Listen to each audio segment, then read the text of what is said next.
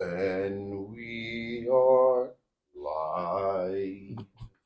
What's going on, man? For real. Oh, it's so fun not to be so close. We see. I'm gonna test it out, see if it picks it up from over here. Nice. We just got a new microphone, so we're testing her out a little bit. Yeah. A little excited. For real. But yeah. I saw him and got hard. What'd you say? What? I said I saw it when I got hard. I don't know. Man, I don't know where that stupid, came from. Shut I don't up, know bro. who said that. Y'all, dog. That's him. That Y'all is. see that was me. retarded. I don't know why that came to my mind. I just had to say it out loud. So Yeah. we can continue. But yeah, we were talking about those different. Oh, THCA. So yeah, explain. So we were talking about Delta 8 and kind of the difference. You might have to kind of explain it again. So I forgot all from of what it. I understand, what was explained to me, Mm-hmm. like okay, you got so there's like By the Indian guy at the corner store. pretty much. Yep. Hey, he knows what he's talking about, bro. He's the one that bought it. Yep, the bruh. So they okay, you know they got D8 that's everywhere. Delta right 8, now. yeah. So it's hemp, but it's sprayed with like the oils and stuff like that. Mm-hmm. Okay. And the Delta 8 is. Yeah, like it's sprayed with like what kind of oils? Well, that's like what you like the wax or whatever. So there's like as if you was like the Delta 8 wax, because they have like THC. Like you can buy that at it's like concentrate. You can buy that at Dispo or whatever. Weed Dispo, whatever store. So I think I know what you're talking about. Yeah. So okay, so they spray it with that. So it's hemp. The buds are hemp. It's just hemp. It's hemp buds. And they spray it with D8. So they got THCA. Oh, that's okay. Now, I've had the D8, and I'm like, oh, okay. And honestly, I would rather the shake from the D8 than the really what? I've never had that because it's from like usually they make it from like different like the different strains that they have, and like I don't like all the oil. I really don't like all the oil and stuff. Mm. So the dude, he's like, man, try this D8. My retarded ass. I tested the microphone. You did. I didn't have the microphone. You didn't have it on, and I wasn't going to tell you. Oh, right. Because I was like, you know what? Let him do what he's going to do. That's crazy, I thought bro. you knew what you were doing. Me either. I was like, why? And I'm sitting here talking. I'm touching the microphone. I'm like, why is the microphone sitting here? Oh my god. Yo, did you take some mushrooms or something? No, bro. You're having like an existential crisis. I really. The microphone is speaking to me. Yeah, I was like, wait, this is supposed to be on my. But yeah, what is a microphone really? So so they got the THCA, right? Mm-hmm. So apparently now when they buy, if you buy like pre-roll or something, because I see that's what these are. Yeah, if you buy like pre-roll of like that stuff, or into the D8, like I think that process is done different too, because it's like they taste different and they burn different. Well, okay, compared to what? The D8 and the THCA? Yeah, whenever or like just whenever, or where you have the pre-roll opposed to the buds, like it's just different. Like interesting. Like if you got the bud itself, so rolled it up in a joint or whatever. So with the THCA, with the THCA, you can smell the terpene. Like they say, like the THCA, it's like it after a few weeks, it's full blown THC9. So if you were to leave it in here after you bought it for a few weeks, you're saying it would ferment into it. So with the pre-rolls, I'm not sure, because with the bud it would be. The bud, yeah, because the dude was telling me with the bud, they have to sell it like it's literally like close, so they have to sell it in a certain amount of time before it's like throw it away or smoke it all behind the gas station. Before it's real stuff. So I was like, okay, well that's interesting. So you got the THCA pre-rolls. But like when were those pre-rolls made and how long have they been there? So I'm like, and they don't have like dates on them. Nuh-uh. So like they do smell different though. Like they smell sweeter. Mm-hmm. They usually smell sweeter. But when you have the like the buds, when you have the buds, they're more like, you know how like when you smell like the crystals and stuff on like marijuana buds, and it makes you react from your nose, eyes, like, or if you like smelling the roses and the terpenes, like it affects your whole body and being. Yes. Well, the other stuff is like, I don't really like. It doesn't do anything. Like the Delta 8. Yeah, it smells like somebody tried to make weed. Yeah. Well, if it's just hemp with the oil sprayed on it, then it is. That's literally what it is. It's manufactured weed. But if this is actually just weed prematurely made, maybe this is like weed before it's fully grown or something. You know, I don't really know. They done got some plebes talking here, but they done got real freaky with these processes. Yeah. And I really like this. I'm like, that's cool and all, but how you overcome? I don't like all the overcomplication. It's like supplements now. Yeah, no, I see what you're saying, and what it turns into is like you get this injury or you get sick from something, and then you bought it from them, and then they give you the cure for it being, you know what I mean, for the sickness. Man. And then they feel like, bro, like a lot of them, you know, this ain't bashing none of them, man. I'm just like this. It's like I always describe something a substitute to like. Without protein pancakes. Don't give me no protein pancake. Give me a pancake. Yeah. Give me a regular ass pancake. Yeah. Because they sell like, bro, they sell in the stores like these mushroom type products. But it's like I'm like, well, then what's the point of taking? Like, what are we taking in? Like, if this is like mushrooms, but it doesn't give you the psychedelic effect, and why am I taking this?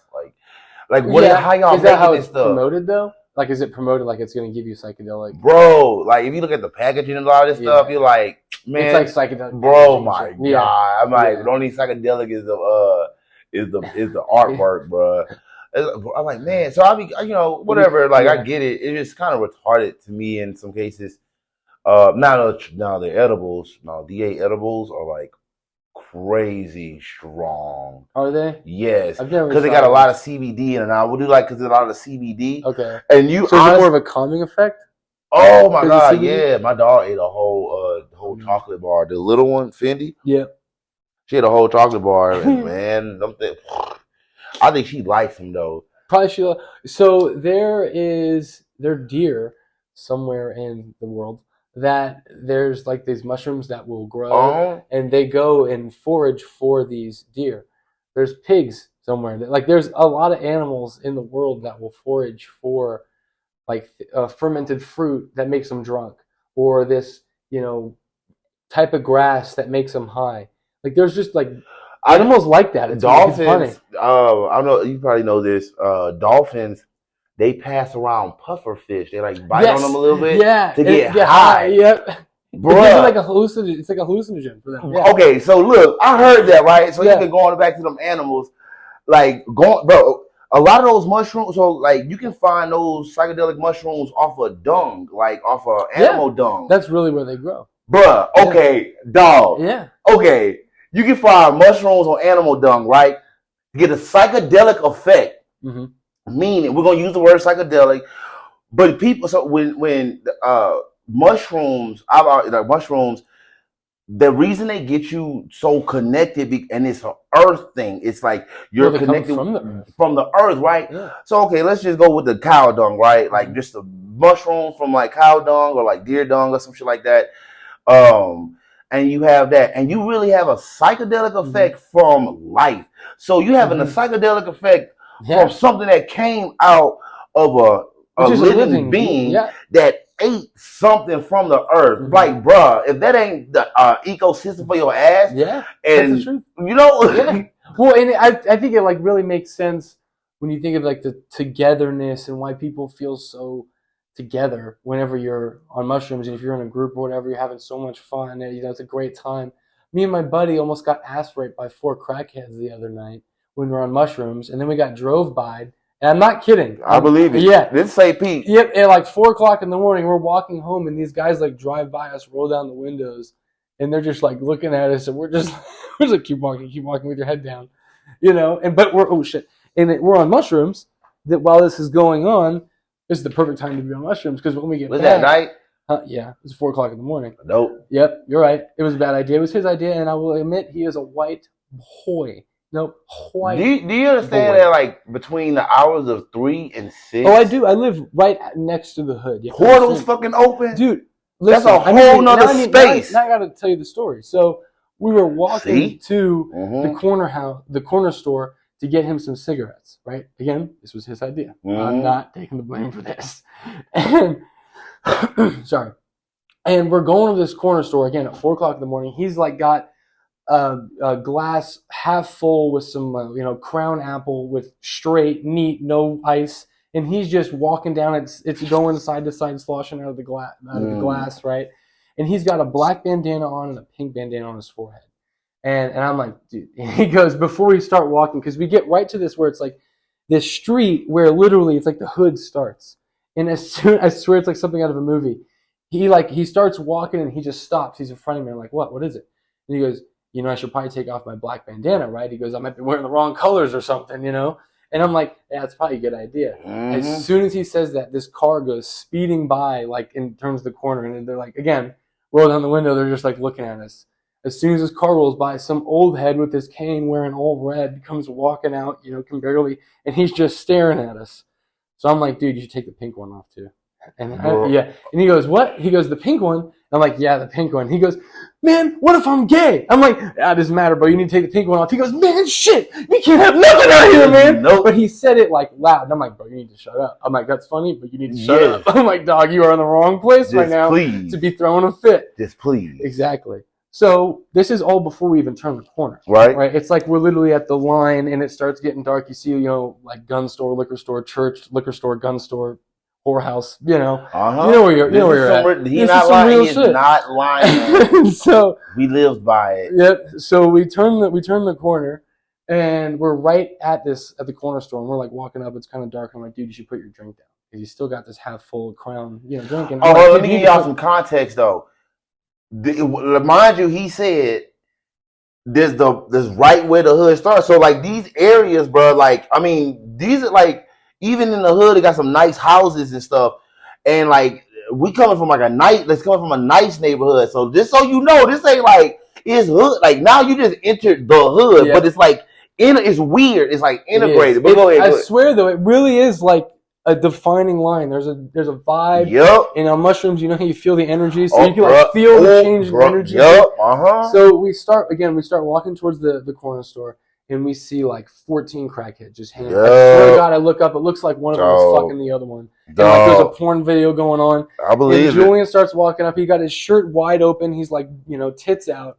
And he's just walking up. He goes, maybe we should try to blend in. No, and I'm like, no, bro. And as soon as he walks up, he's all the crackhead. He walks up, sees them all, and just turns around and walks the other way as fast as hell. He goes, fuck this, I'm out of here, fuck this. And I'm laughing my ass off because he goes, we need to blend in from that. And I like look up as I'm laughing, looks up, looks like 14 of these crackheads are about to ass rape everybody.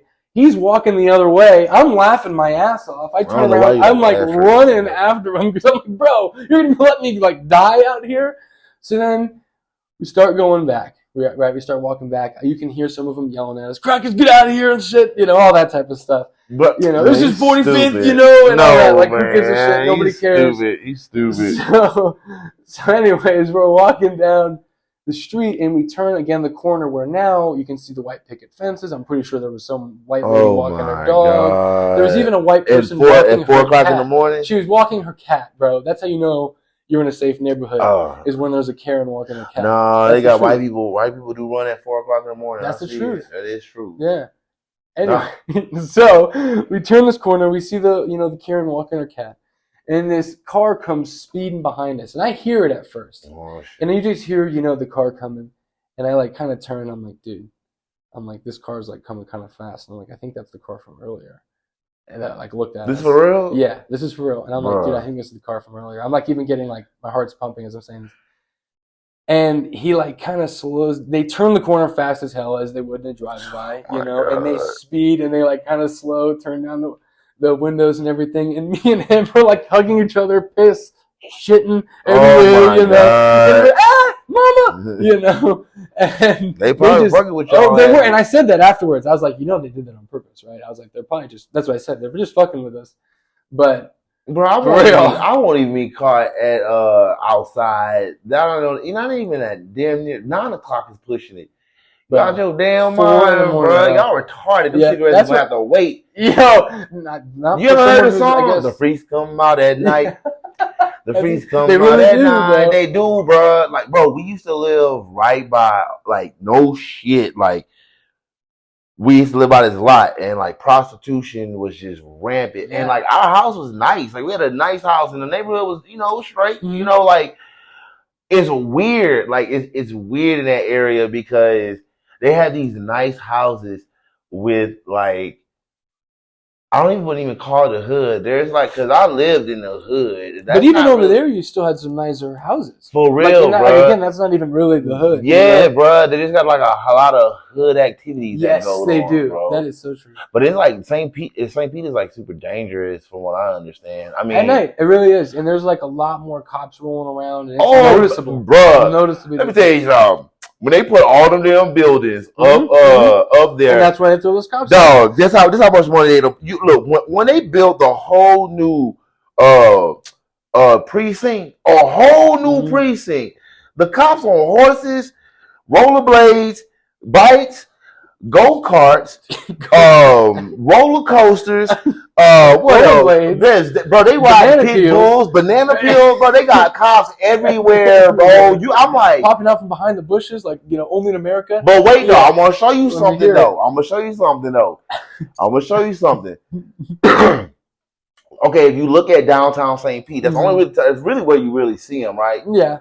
It's like a whole little it's like a whole game. It's like a grid. It's a grid. Like I don't know. I've always seen downtown like this. It reminds me of the Grand Theft Auto map. And if you look at the Grand Theft Auto map, right, there like a lot of the traffic is within the map. Like it's within a map, and that's where all the money is. Yeah. But bro. The time I go down to St. Pete like once a week or so. And I walk, being from one place to another, and like noticing the difference. I'm like, damn, man. It's like, we talked about this before, like all the homelessness.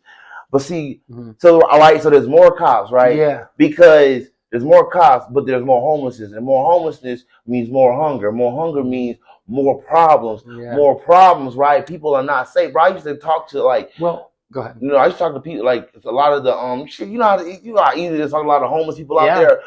Dog, the shit that they will be telling me, bro. I'm like, wait, you mean this happened where? Yeah. You know what I'm saying? Like what? But I'm like, yeah, man. Like it's pretty, but like it's dark at the same time. Like it's literally an illusion. I really can't see it anymore. Like, but an illusion. I feel like before all the buildings. Like before all the like a lot of the money went in, like you can kind of see its truth. Yeah. Now you walk around, I'm like, man. Well, this is what happens whenever a lot of money comes in. Everyone gets kicked out of their house, and the only people living in these houses are the people that have millions of dollars. So what will happen, and it's going to happen here, and it happened in California, is people that are working for Microsoft making $150K a year are living out of their car with their wife and one kid because they can't even afford to rent a house, or an apartment or anything. So, and again, these people are making a lot of money. I heard that. I mean, this is it should be known by this point. So they got like a lot of the big banks, a lot of big corporations buying a lot of those rental properties, buying those single family homes because it is matter. I really to be quite honest. St. Pete is so weird because like Florida's a rogue state. Florida and Texas are a rogue state. So you see all this progressiveness happening in Florida, and like really, if you go to any city, go to Miami, right? Like you got Tampa, St. Pete, Miami, Jacksonville, those big areas, and they're like getting like really like developed and like even like connecting. In your hick towns, bro, getting like I'm talking upgrades, getting whole upgrades, but it's like, hold up. This is happening here. That's why everybody moving here. But like, if you look at the rest of the world, like the rest of the country, like, well, hold up, they going through this. Well, when you think this is gonna last over here? Like that's what's blowing my mind. And then like you got people people mad at people they saying they glorifying homelessness. I don't really think people really glorifying homelessness. I think people done figured out. Well, when they say glorify homelessness, what does that even mean? I'm talking about, how you were just saying like, I'm sorry, glorifying living in their vans and people calling it homelessness. Oh. And I'm like, I see what you're saying. I don't think that, like. That's not really homelessness, I guess. Like, a homeless person doesn't have a car. I think your ass is free. Like, No, I see what you're saying, but also if you know, with me, for example, and I have my daughter, I'd prefer that me and my daughter live in an apartment. And if I'm making $150,000 a year doing a job that's important for a company that's important, I would expect that I should be able to do that. You see what I'm saying? So what's happening now is those people that can't do that there are moving here, and that same thing's going to happen here because the root problem will never change, and that's the corruption. And that's the fact that nobody ever cares about the people that are going to get kicked out of the houses that these rich people are buying. I think, bro, I really feel in my heart, like I hope to see it. I do hope I hope to see it. I hope we get to see it soon. That people like wake up to that. Not even just wake up, but like more so like come to the realization of like their togetherness. Because bro, we got so much more power in like in our common, you know, issues. Because when you pull it all back, everybody is in the same boat, and then you got everybody on the same boat arguing like without breaking off different sectors, right? Breaking off different sectors, arguing about those sectors on the same damn boat. But we break down all them. That's so true. Well, and what will happen too is, and you see it all the time, is it's the far extremes, right? And it turns into that. And what's so crazy to me is, okay, so how I bring this around, right? Yeah. Is they all argue about the same thing, and it's these categories that they've developed, they've created, that they have to argue about, and you have to have an opinion about it. If you don't, you're if you're on one side, you're a socialist. If you're on the other side, and if you're on the other side, then you're a communist. You know what I mean? And first off, who gives a shit, right? Yep. And second off, like, that's not the point. You know, when this country was created, it was created on the fact of freedom. The same values that they fight for and arguing against. Yeah. Bro, have you seen Undercover Brother? Yeah. Have you seen the second one? No, I just saw the first one. All right, so the second one is what's it called? Michael Jai White. Oh, I like him. And the premise of it was woke. It was crazy though. It was crazy because the first one they was fighting the man, and the man was called. It was all the racism, keeping the black man down, right? They got the man, boom, boom, boom, right? That was the first argument. And Undercover 2, man, Eddie Griffith, right? Yeah, the first one was Eddie Griffith. Oh, but the second one's a different. Second one is with Michael Jai White. And so number 2, the man, he's trying to make the comeback, right? But he's like homeless. And also the man was trying to, on the first one, get rid of homosexuals. So his son, in the second one, his son ended up being gay. So the plot twist was like his son overthrew the man. His son, and then led the LGBT community, right? Gave everybody what was going to pollute everybody with woke, right? And it made everybody tolerant. And then it made them so tolerant that they started arguing about how tolerant each other was. So, bro, I'm watching this. The Simpsons, bro. Dog, right? I'm sitting here like, bruh. So then, look, I'm sitting here thinking, I'm like, yo, this is probably the perfect play, right? Yeah. And it's like the perfect twist. This would be the perfect twist. I can see it happening this way. I hope it happens this way. But everybody's arguing, right? Okay, you got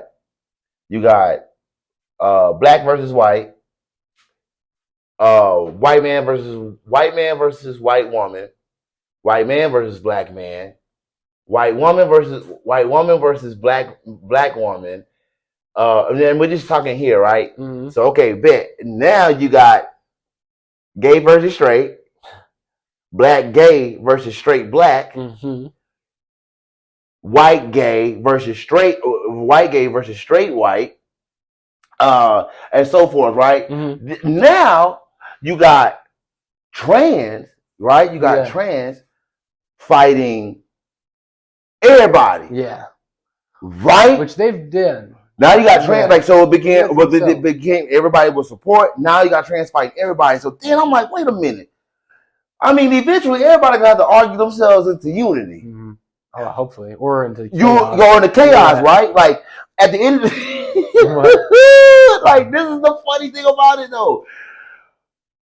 at the end of the day, right?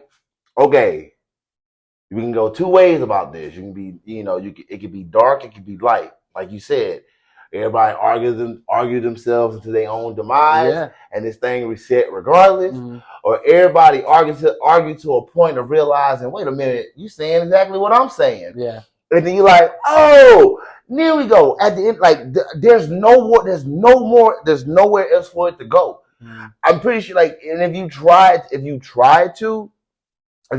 to, all tools have been exhausted, because now you really have an inversion making the argument. Now you got, it's like having all of the stereotypes, all of the separation, like, so with the like with just the just the whole trans whatever. Yeah. Because I don't want to I don't want to bring up on that attention. I'm just looking at it like that's a representation, like they're a representation of everybody. Like, look at his truth. Like, it doesn't matter what it is. You just a mother in a clown suit, right? Yeah. So wait a minute. There won't be no more argument. You can't argue no more. Mm-hmm. Like, I mean, the last thing we're talking about now is sex. Yeah. We're gonna argue about who's red and who's green, who's purple, who's yellow, man. Everybody, every color. Like, we done argued ourselves. Into our own realizations, bro. It's funny, dog. Like, and when you hear people have these arguments or these opinions, it's like, I get it, mm-hmm. but maybe it just needs to be, Yeah. I look at it like, damn, maybe this needs to be. Well, and I think too, there's just so much places for you to be loud. You know what I mean? And there's just too many places for you to be like the fake number one person. Uh-huh. You know what I mean?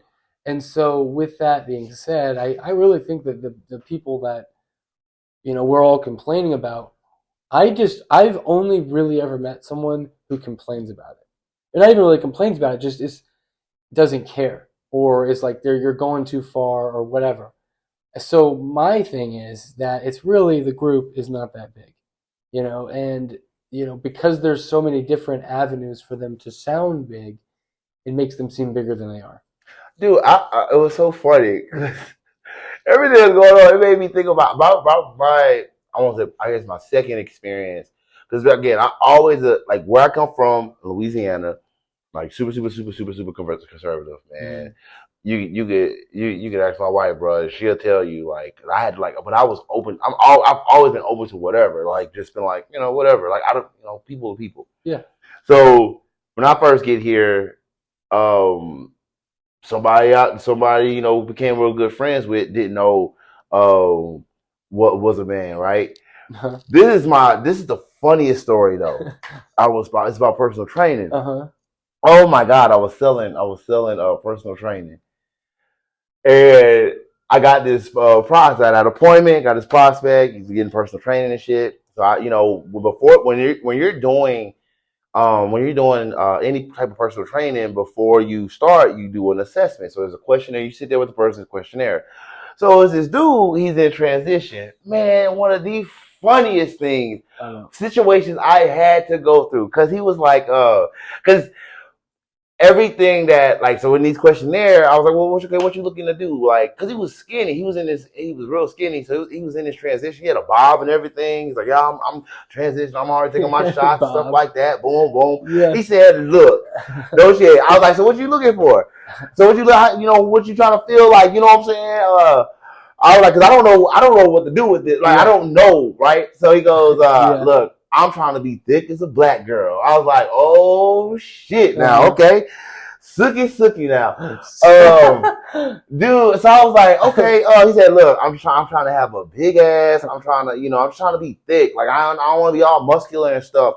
So, okay, bet. Most conversations, you have is when you're trying, when you have doing an assessment, it's like, okay, I'm trying to, be toned, mm-hmm. or like I've gotten,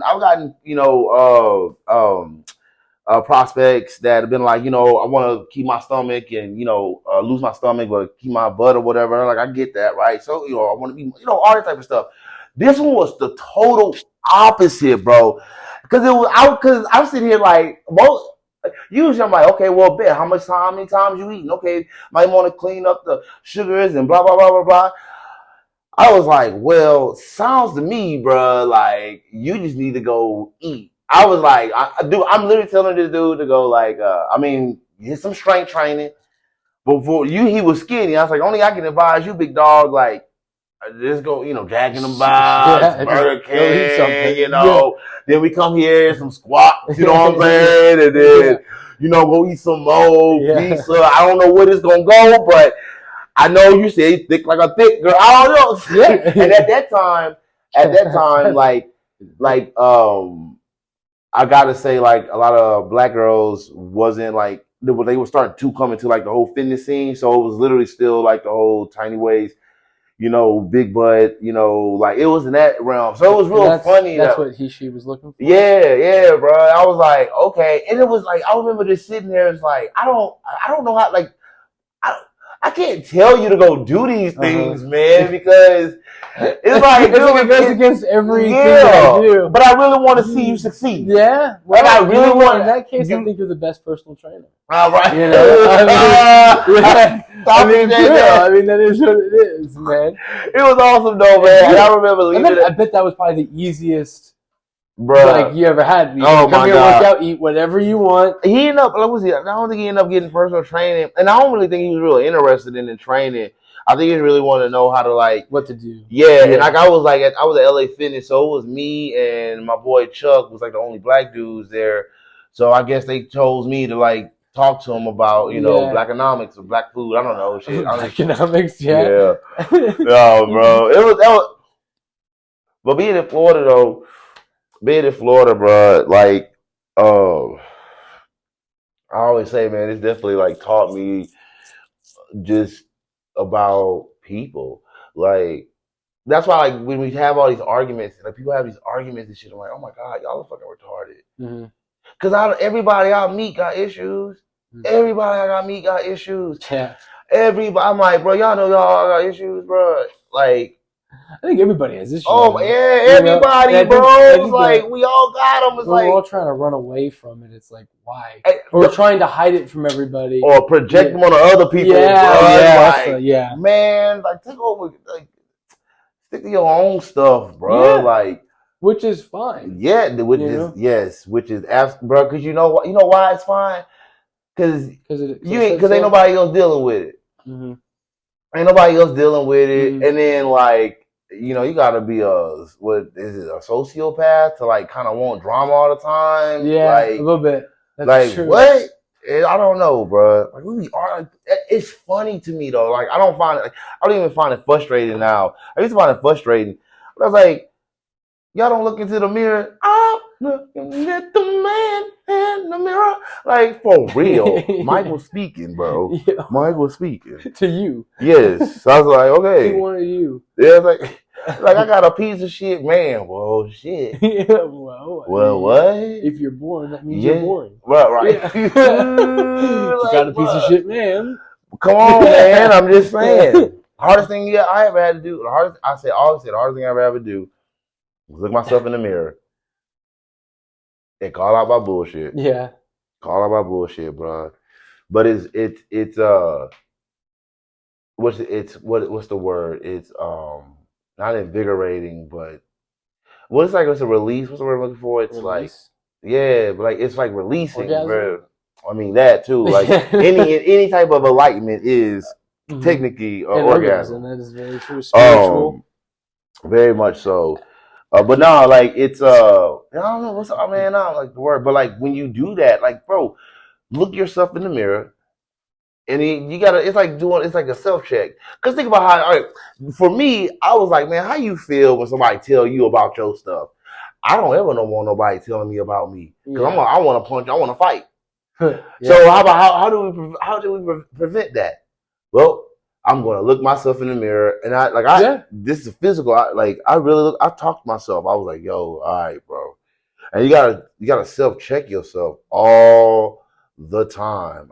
You gotta be hard on yourself. Like you. That reminds me of this video I watched today, actually, where it was a lecture by It was on the YouTube channel After School. Shout out. For sure. And it was this guy speaking Ram Dass about exactly that and how. Come on, what were we just talking about? Of course, me trying to give the shout out. I forgot what I was going to say. Oh yeah, like what were you just saying? Like being like real with yourself. Yeah. And he's like talking about how finding your true self. That's why I wanted to talk about it and he was just kind of talking about a lot of stuff that I've heard you say, and how the brain's a receiver, and talking about how just how everything kind of aligns and different energies in the world. And it's very interesting, and of course I can't remember my point now, but no, bro, like it's all Gucci. No, bro, like that. And when I did that, man, like you do find your true self. Like for me, it started because like going inward. Yep, and doing that introspection is very important. I needed to change. I was like, man, she got to change, bro. What the fuck, bro? I was like, come on, man. And so, like, we live in this. But do you But do you think you saying that to yourself is almost like not even you? Like again, if your brain is a receiver, right? Yep. Do you think that's something wherever that signal is coming from? It's telling you, look, it's time to go. It's time to evolve. Time to move on. Do something. Okay, all right. So I want. You know what, Bump it. I'm gonna hit on that point because that's really funny. So I'm gonna go physical, and I'm gonna take it there because I was. No more talking metaphysical. Dude, oh my God! All right, so because I was going to talk about this. Perfect. So okay, your true self. Mm-hmm. I'm listening. That's your soul. Yeah. All right. So then from your soul, you follow your heart. And your heart gives you gives information to the brain. Of what to do next. Yes. Mm-hmm.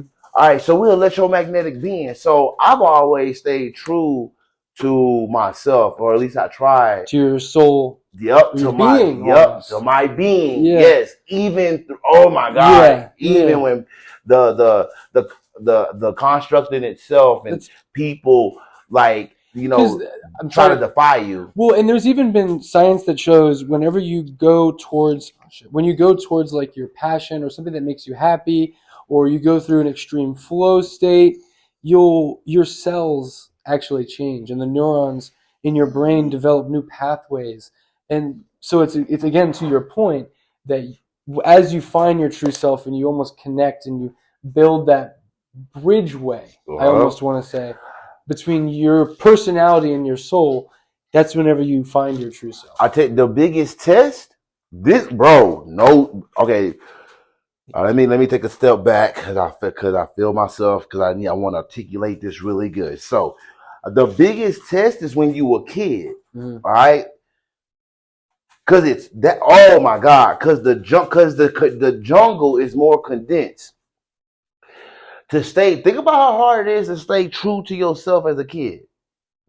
Well, because the entire environment is telling you to go. I mean, that's like what school was almost developed for, to put you in a factory. Bro, yep. So think about how you got groups, but then you didn't got people who are people who are solo to themselves, who are to themselves.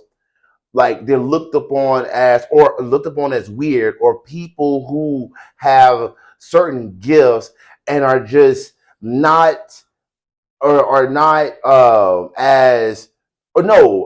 not nothing to whatever the popular opinion is. They're not that, and how they're far and few are isolated, right?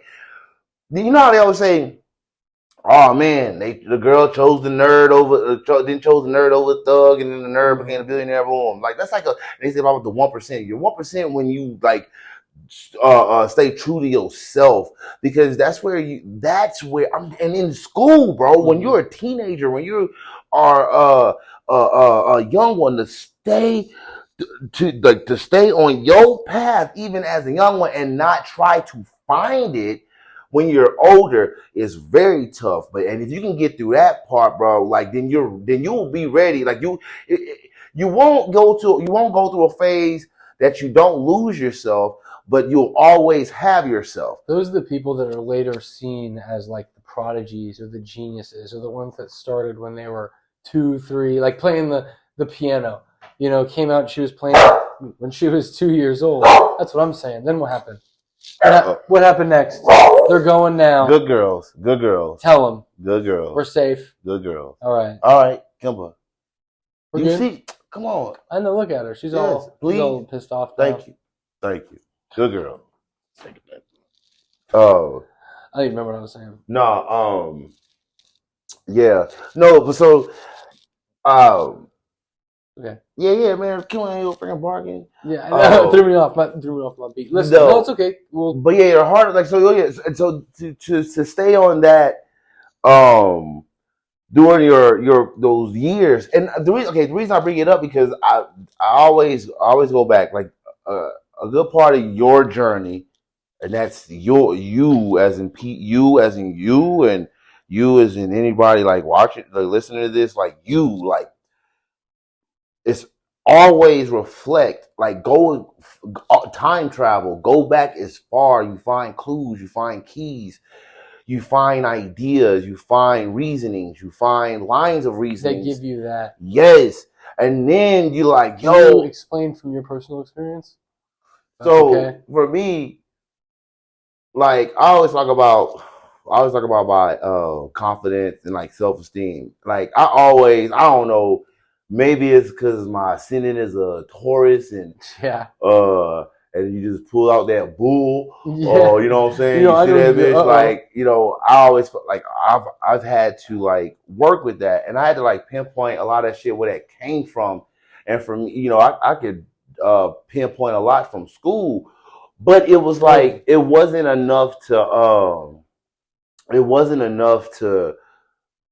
like, I had other things to supersede that, to like keep me from even to hide that insecurity, to keep moving forward and stay on my path. Like I always stay true to my thoughts. I always stay true to myself. So when like in my journey thus far, and then like always reflecting back, and then like there's always points in my life that I always have to like, man, why is that block there? Because you'll break down barriers, but like you gotta think about how long you've been here, or how long, like, or how many like, how long you've been here, and okay, well, you'll always revert back to something that has blocked something. Like you got to think about all the days you lived. They're creating a speck in time that will affect the future. So then, if you are in the future, then you can go back in time to then rectify. Oh shit! That's how we do that. Mm-hmm. That's how we do that, bro. It's like we just mystify. It's like. It's like your own version of time travel, like you said. That's interesting. And then think about it. Well, then he's like, oh, self-reflect, right? Like, you can fix something. It literally takes. You're not forgetting anything. You are bending. You're bending time. Like you're bending to be able to flow. Because to be able to know where to go next. Yes, your essence are all, bro. The essence of you when you were born is always a flow. Like your essence has been wherever you've been. Your essence is there. Our essence is here. It doesn't go anywhere. Who you are, who your being is everywhere. So when we are, oh man, sorry, yeah. Yeah, our being is like everywhere you are is there. So every move that you make, every thought, every action is affecting the future. Like what you're doing, the actions you're doing today. We do it all the time, because something you did today that affect tomorrow, you can go back to yesterday to rectify today. Yeah. Yes. It do like No, I see what you're saying. And then now that goes take it a step further. So we always oh my God, like if you stay true, when you are staying true to yourself, you're aware. Your awareness becomes heightened. But when you are blinded by, this is why when you're blinded by things and material and what you need um and like what you must have and what you must do, then you're not living your sole purpose. What you're doing, it's like you're always on the ground. Yeah. Like you're never seeing you're with elevated. Yo, yeah. And like people say, man, like Kevin, I'm just thinking with my dick. Yeah. Or you're thinking with your lower region, because that's what that is. The root. That's the sacral and root. That's what when you're just tapped into that, you're not your fullest self. So everything from the waist down, sex, money, fun, sensation, like everything that makes that feel good, those sensitive, like everything, all of it. Well, what you're saying goes right back into that whole like sacral secretion, where you have to have that fluid flow through your spine that sits in your root. And if you let it sit in your root your whole life, then you'll live in this lower region, as you're saying. And you don't ever travel and and reach enlightenment. Yep, and that you can do that. Like we do it all the time, like stillness and movement in our everyday life. Because think about somebody at a job, right? Think about the money focused person. That person is literally always in there. They don't travel no higher than their waist. So it's all about money, sex, drugs, rock and roll, like rock, all that shit, right? Like just that, like the desires. It's all about the desires. That's the word I was looking for, desires. And then now think about the people who are maybe working for this person, right? Now a lot of these people, yes, they're stuck in their root because that's what the root of their life is being ran. Sorry, God damn, that was me, Kimber. That's the root of their life being ran by somebody, ran by the root, and the company is ran by the root. Yeah, right. So taking that, what you're saying, that information, what's the practical use of that? How do you first become aware of that? So look, and then what do you do next to get out of that? So think about that. And I'll think about somebody in there who now travels to their heart. They got a heart, like supervisors or some shit. They really trying to work for the people. Like in order to and usually a supervisor is a mediator. Supervisor is like operating out of their heart. They got to. But they also, but it's only a small percentage. Yeah. A larger percentage is for what that company or that person who runs a company needs, because that's where it's coming from.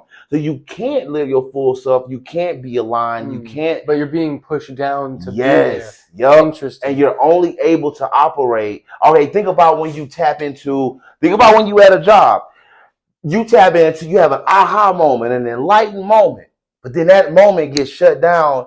And then that moment gets shut all the way down. By a supervisor. Because they're afraid, like, if you give this idea, you'll get promoted. Yep. So now you can't operate into your higher self.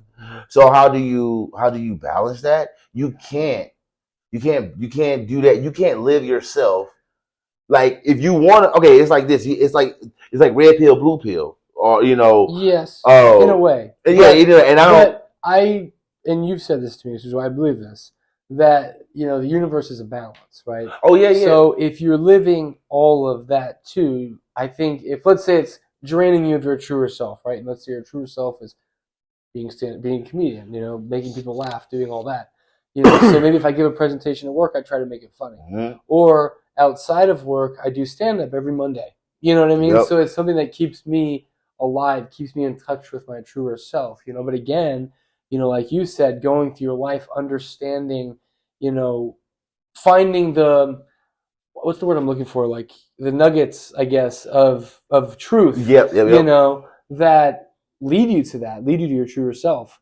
And so, when you take that information, now I think it's just doing action with that. So balance. All right, I think of it like this. Look at it like this. I think you can have both. Yes. Eventually. Yeah. You will come to a crossroads. Yes. because you can only go so far within one space, right? So I bet like climbing, like if you use a ladder or whatever or a mountain, right, in the beginning, like so, like in the life, in your span, in your life, in your lifespan, you're trying to find, you're finding yourself, finding yourself. Leads you to different. It doesn't mean like, so when you take your own path, doesn't mean that you won't be met with like the same areas and people that you would if you took the same path as them. It's just that now how you are moving in the space that you're in is now being operated differently. So right, so where you are because you tapped into your true self. Yes, so you could be in this restaurant. You're like, you could be in a restaurant with the same person, but you ever know it's been like, man, like, but I'm only here for you're here for a short time, so you're in transit. So but while you're doing that, you're also tapping into a gift or a talent that you're trying to work out. So in that space, you are okay. I have to make whatever it is. Like I have to make this happen. I got to go this way. Something's called. Like, you're always answering a call. Eventually, you're going to get to a space because we are the walking embodiment of the universe, nature, what right? We're supposed to be. We are. Yep. Yeah. We, like, if you know it or not, we are. You are. Fire, earth, air, water. You will get to a space where your only choice will be all you, and that's if you choose, because when you walk into your soul path. It does, because they say, you can't serve two masters. And that's really true. You have to utilize the space in the game to learn, and then you have to then open up and then expand. You have to be the shooting star. Like balance is sustain. It's just this sustaining movement. It's always moving from one end to another, but keeping steady, but keeping a nice flow. And when you're answering your call to its truth, you're the magnetism that you feel, and that is you, will put you in these spaces. We live this. When you live this every day, when you're coming across resistance, just like magnets that don't vibe, when you come, you're in the right space when you're coming across a type of resistance that is I don't want to say against you in a negative like connotation, but it's like, oh well, but I'm supposed to go this way. Why are you giving me resistance? You're going to sustain it that way, like. You will, like, but that's expanding though. We're supposed to want to do that. We're supposed to expand. We're supposed to go through it. We're supposed to be at a point where, boom, like even the vessel itself can't contain the energetic being that you are. So you're supposed to expand. That, like, balance is movement. Balance is, we're off balance when we stop moving. Like. The more you stay, it's hard. Like it's hard when you're dealing with, we've talked to this before, but like it's hard when, at least in my experience, because it's hard to stand 10 toes down. It's hard to stand 10 toes down when you're like, bruh, I done seen this before. Just I gotta hold tight. Like I know, like okay, and like your alchemy. You know how you do things, and you're constantly met with like usually sometimes the same situations. Like, man, come on, bro. All right, bro, you got this. You got this. You did this before, but then you got mind chatter and this outside voices, or shit from the past. Like, dog, like you just. It's a constant like warring with yourself, constant warring yourself. But that's the art, that's the beauty of it. When you see people around walking, you can see the ones living the truth, because you can see the glimmer in their eyes. You can see, because you become the light being, you become light. You can see those who are not living in that space, and they got stuck. They got stuck, and it could be anything. Bro, it could be anything. I just like it could be anything, and I'm not negating it, like nothing, like. But you're usually battling yourself because to be to make a move that goes against what everybody else is like telling you what yes, yeah. And it's like, no, but I know if I go over here, it's gonna give me 10 times more than what this space is going to give me, and I don't even like this space. So why would I do something I don't like? And I do know when I'm in my most happiest, or not even happiest, when I'm in my most vibrant, meaning like when it's Friday night lights, or your battle coming, or somebody getting ready to fight, your heart is pumping, and it's like, and you, because or you get, even when you're about to do a task that you don't like, but the thrill, the pump, the nervousness, the whatever it is, man, just like bubbling in you. I call that resistance. That's the resistance in you that you have to go to. Yeah. Because it's like, but it's a good thing. Yes. That's what I've always, like, I read this book, I always talk about The War of Art. Oh, yeah, where it talks about the resistance is, that's your body. The War of Art? Oh, wow. Yeah. And well, because it's talking about artists. And it's people that should decide not to become artists. I need to look this up. You should look it up. Yes. It's by Stephen Pressfield. Shout out. It's a great audio book. And I would listen to it 100 times over. Yes. It's like only 2 hours long, too. It's super short. All right. Anyways, so he talks about in this book, The War of Art, fighting against this resistance. But the resistance is your body telling you need to do this. Mm-hmm. So it's following that resistance, right? So again, right before I was about to get on stage to do the open mic, I felt the most resistance. And I was even telling Nyla today that as I was like standing up, it felt weird. It was like I was watching a movie of myself standing up about to get the mic, but it was like this POV version. So it was like somebody else got up and got the mic. It wasn't me. Because in my head, I'm like this. I don't know what to say. I don't know what to do. All this resistance is going on, but like I still got up and did it. And then once I started, I kind of flowed. Mm-hmm. So it's something I've learned through like certain methods of like yoga and stretching in general. The pain, you have to invite it just as much. It centers you. Yes. Then what it keeps. I'm sorry to interrupt, but it's like almost a different form of meditation. This is I think you talked about this before. Mm-hmm. That it's that whenever you breathe in that meditation, you're focusing on your chest or you're focusing on your stomach. It's the same thing when you're doing yoga and you're focusing not so much on that pain, but the stretch. You know what I mean? Shit. When you hit the pain, if you focus on the pain, right? You stretching. You got, let's say you're in your knee, right? I think we all had like knee or ankle, elbow, any joint issues. And we try to like get comfortable, right? Mm-hmm. And like go around it. Mm-mm.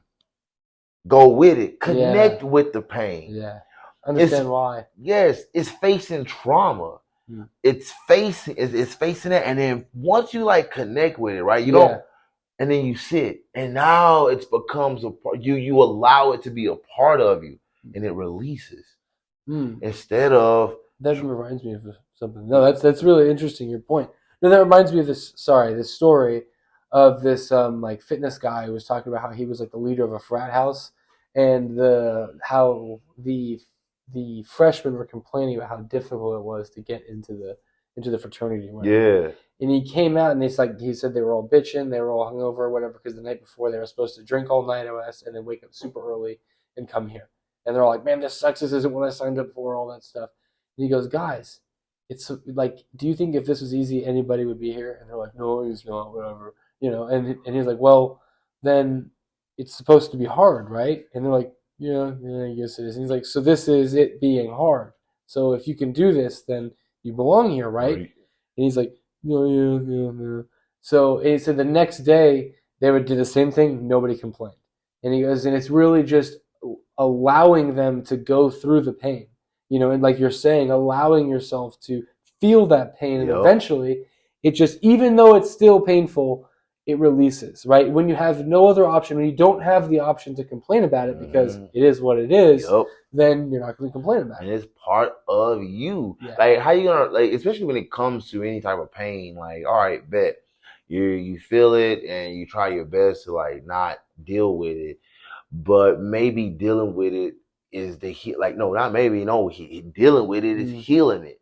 A scab, man, or a cut, like shit. I mean, you stuck with that pain until that pain is no more, and then once that pain is no more, you're got new skin, new fibers and stuff. It's healthier skin than before. Yes, man. So it's like, bro, when you're everything to yourself, ourselves, taking a solo path, your soul, and that's just like being the instrument that you are,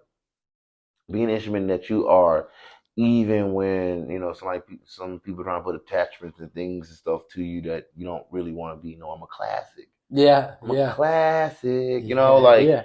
It's classic, man. Yeah, I'm a classic, man. No, yeah, man. It's important. Like it's just the outcome when you stay true. Is you're gonna see your full power.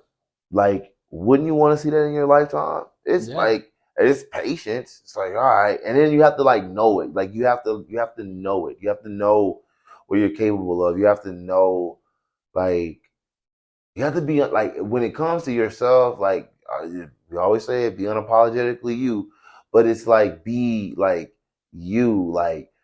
All the way. Like, who gives it? Like, who gonna tell you what you can and cannot do? That's the type of like energy you have to have about yourself. What? How you gonna tell me? You know you. Even if you don't know, like, you are built with this. Like, nobody knows. I don't know how your neurons work. I don't know what you tapped into. Yeah. I don't know. So who? But it even comes down to the point, like, to the fact of, just like you said, being unapologetically you, being yourself all the way, dressing however you want, not giving a shit, wearing anal beads around your neck, just. You stupid, bro. Those are not anal beads. Oh my God, bro. What was that? I look, every time in high school, they used to tease me about that. I wore these metal, like, because I was like I love like punk rock or whatever. I love like punk rock stuff. So I got dressed like that a little bit. But like I was, you got the hair for it. I was like trap. I was like trap rock before it was that. Yeah, bro. Like, I mean, is that like country rap? I don't know what It's rap? Like, I love like rap. What? You stupid, but crap down, bro. That's fucked up. My shit was on point. I'm just kidding. No, bro. I had these like silver like beads I wore around my neck. They're really cool. Mm-hmm. Everybody was like, making his cool. assumptions like. Wait, so were you like, when did you go to high school? Like, what year? Oh, this is middle school. Middle school. So what years would that be? I went to middle school I was in middle school. So early 2000s? 2000, yeah, 2000, okay. Yeah. So in the early 2000s, would you wearing those be compared to like nowadays, like the kids who wear like tails and stuff? Oh my, bro. Is that like, but like seen as that weird? Dog, like, bro. No, my sister was wearing tutus. That's awesome. To school, bro. That's awesome. None of this stuff, bro. So what happened? Why is it now like weird to wear a tail? What if you dog? That's what I'm tripping on, bro. I'm like, wait a minute. I was like, well, wait, we were doing this stuff. Why is this a problem? Yeah. Like, I see a lot of things, I'm not saying bro. A tail, because usually there's a butt plug at the end of it, but. Bro, I don't know what it is with you. No, that's true. Don't go to jail, bro. That is shit. Don't go to jail. Yeah. Wait a minute. Don't wish that on me. Yeah. But yeah, bro. I don't know, bro. Like, all that stuff. I like that it was normal. Like, I mean, I guess in my world, I don't know. Like, there was like, I will say that now. That's why, like, whenever I see like the younger, younger adults, little young warriors, whatever. I embrace y'all, man. I'm like, hell yeah. I like, keep doing what the fuck you doing, man. I like your style, bro. I definitely agree with that, like being rebellious and going against the grain and just again being true to yourself. Bro, yeah. I no shit. What I love, but I think it's funny. So a few things I find funny. Back when I was in high school, anime started to get a little bit more popular amongst like the black community. But I remember like anime, like it's really popular now. Yeah, anime. Only anime like a lot of people watch Dragon Ball Z, but I watch a lot of anime, and I watched I did Pokemon cards, and you know, those are like laughed at, right? Like I'm talking people was laughing at you, man. Like man, you nerd, like you. And then it's crazy because now everybody watches it. And then I remember. Like I told you, I love punk rock. I love dude. I mean, it wasn't like about emo. I was like, shit, that's a dope ass look. Like, man, call me Slash. Do you like the Black Flag and stuff like that? Nah. Okay, so what kind of punk rock do you? Oh yeah, Black Flag. Yeah. Okay, yeah. So Black Flag, Sex Pistols, like that. Yeah, bro. Okay. Oh my god, dude. It's like old school punk rock. That's like 80s, dude. I love like how they did in the 80s and stuff like that. Evanescence. I like a lot of goth rock, and I like the dress like that too. Like I love that look.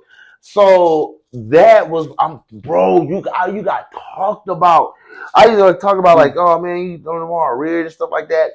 But now I see it today, bro. It is embraced. But you know what I find though is the reason that is because what I think people understood eventually is that if you just embrace it, nobody cares. Yeah, for real. Like it's all tides, with people, and the people that really care after a very long time, they're eventually seen as the asshole. And I think that's what's happening now is that it's just happened long enough that those people are now being seen as that. Yeah, like I mean, I remember you laughing at me. So you always like them? Yeah. So you always did that. So you always did that. Okay, yeah. Dog, man, kiss my ass, bro.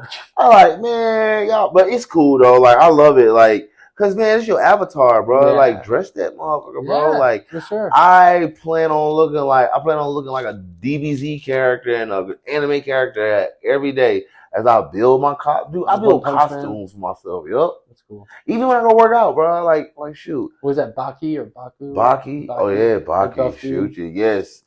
Bro, I'm about to what's the dude from Dragon Ball Z? Broly. Yeah. I always thought he was. I was like his physique. Oh, dude, he's like he is like but it's like shredded. Yes. I want to be like. That's the goal. Be like big and like move like that. Yeah. Like, I'm about to start putting out some size again, bro. Like, cool. How are you gonna incorporate movement into those workouts? Just do it. Like I'm gonna. Yeah. So are you gonna do like you still gonna do like bench, squat? Oh, shoot, yeah. I'm gonna just kick with the basics, bro. So, bro, because something I've like been experimenting with training. Because first of all, I like moving like a freaking cheetah, monkey, lion thing. All of it together. All of it, like tarantula. But I do miss like my like fullness and like muscle, But I'm training different, and why do you miss it? Cause I love it. You just love being that big. Shit, yeah, bro. And I want to look. Well, I want to look more like I have a vision of myself, but bro, okay. This is a good segue to this. Yeah. Because we were talking about like balance and stuff. So like I had to be off balance to get back to that. To want to see if I wanted to be that. Yeah. But I know how I want to do it. And I've like been contemplating a while. I was like, man, I'm gonna do another show. You've been saying that for a while now. Yeah, I'm gonna do one. I've been like, I said, all right, man. I know because I've been trying to figure out how I want to train, like how I want to look. I think you should just how you said it. I think how you look, you have to. Because I know you like to visualize your body as you're working out, but I think you've got the workout for sure. I do train. I do have to train. Like I don't need to train as often as I used to. Like, well, who is it? That one dude from like the '80s who would train like 3 days a week or 2 days a week, like for an hour. Oh shit! Like, it was like really intense. Talking about Mentor or Mentor, not Dorian Yates. Before Dorian Yates. Yep, I would have to like my goal. Like, okay, I am gonna challenge myself though, because I haven't done this in a while. But I haven't put myself through the ringer in a long time. Like, really had like really beat down sessions and stuff like that. So I want to do that with you. Oh yes, let's rock it. Yeah. Because I want because then so outside of like the weight training, like with my movement, I'm going to get a little bit more. I'm gonna get like really good with it. So I imagine your mobility is different now. So even your squats will probably be different. Your deadlifts. Oh, bro. Even your bench will probably be different. Oh, everything is. I do now. Like everything will be much more stretched, and you'll probably be able to like be much more aware of your muscles as you get a much more mind muscle connection. Bro, once okay, wait, something I've come to realize. Okay, the heavyweight, hell yes, like everything has its purpose. Everything has its purpose. But if you train, bro, if you train based off how like what's happening with your body mechanics. So there's if you don't stretch, there's certain days where your body isn't shifted right, and you have to like open it up. Sometimes the workout can just can compress you. So let's say like if you're doing like a leg extension, right? And man, like how a day you have to do leg extension, man, you got a nice flow, get a nice little pump in the quads, but then another day, man, why your knee bugging or something like that, right? Like, hold the fuck up, I ain't even do nothing. Yeah. So what I've learned is, man, you gotta pay attention to your feet, even to your toes, and stay still and bro, I've told you about this, let the body kind of shift and then move in that way, because sometimes, man, you gotta work out kinks or something that's gone on through the day, bro. Here we go, talking about traumas, man. Yeah, you got no traumas you dealing with, man. We keep talking about traumas. I know, really. Do I got any traumas I'm dealing with right now? And you're painting over there. All right. Oh, dude, I've added some more to that. It's been it's too long. Oh my God, I've been feeling real good about it. Yeah. But yeah, so dude, I was even with squats, I squat different. Yeah, I was about to say. So I imagine you do, because if you've gotten so much more mobile, you could probably even do different type of squats. Like you could do a squat where you roll side to side, working on different hip muscles, stabilizing muscles. Because I mean, if you think about it, at the end of the day, the goal of a bodybuilder is not to be as big as you really can. It's just about having the muscle, doing that. You're not trying to be as strong as you possibly can. It's just about working through that range. And if you happen to have big ass muscles, you have big ass muscles. And you usually do at the end of it. That's what I want to explore. I want to the muscle, because if I'm constantly stretching, I'm always stretching fascia. So all I have to do is increase food. But if I challenge my body, I don't. If I challenge my body in the resistance aspect of it and go really, really heavy, not whatever that is relatively, right? Relative. So I'm thinking with open movement and new movements or new discovered movements, you're not going to be able to do the same amount of weight as you would that is very true. The traditional. But what if it's the goal is building on those movements? So yeah. So that's what I'm thinking. I'm like, okay, and if I do that, right? So I'm thinking, well, then I have no choice. My body has no choice but to be well rounded, because weight training is physical therapy. Because if you go to physical therapy, you either doing body weight stuff or weighted stuff, and it's usually and repetition. Yep. So if I take certain thought patterns, meaning you switch, it's like a gear switch in your training. Okay, I'm strong in this area, man. We can go beast mode here. All right, new position. Might need a recovery area or might be a development area, but I have the intention on developing this area and breaking it down so I can get it stronger or whatever wherever it is. And I've been playing around with this and seeing where it goes, and seeing how my focus is affected while I'm training, and intensity wise. So we're gonna see. I'm thinking, when are you gonna plan on starting? Shit. I think you should just not even really do a show. Just start working on that. Yep, developing that idea, and then think about a show. Yeah, I'm not gonna do a show until I'm like I'm not. I have to like. I wouldn't even put a weight in your mind because I know you have. I know you have a weight in your mind. Yeah. I wouldn't even do that. I would just be like listen to yourself. Yep. Again, stay true to yourself. Yep. You know when it's time. Your body tells you when it's time. Yep.